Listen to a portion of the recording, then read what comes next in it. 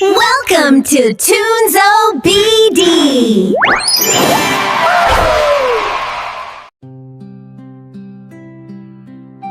একটি সুন্দর সবুজ বনে থাকত ছোট হাতি টুম্পা। সে খুব ভালো ছিল। একদিন টুম্পা বনের মাঝে হাঁটছিল। হঠাৎ সে মাটিতে কিছু ফল পড়ে থাকতে দেখে। টুম্পা ভাবে, এই ফল কার?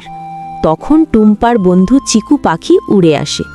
চিকু বলে, চলো আমরা খুঁজি এই ফলগুলো কার। তারা সামনে এগোয়। হঠাৎ তারা ঝোপের মাঝে কিছুটা দূরে কান্নার শব্দ শুনতে পায়। তারা দৌড়ে সেদিকে যায়। গিয়ে দেখে একটি ছোট কাঠবিড়ালি গাছের নিচে বসে কাঁদছে। টুম্পা জিজ্ঞাসা করে, কি হয়েছে তোমার? কাঁদছো কেন? কাঠবিড়ালি বলে, আমার ফল হারিয়েছে। টুম্পা হাসে। সে বলে, চিন্তা করো না, আমি সাহায্য করব। তারপর টুম্পা সুর বাড়ায়।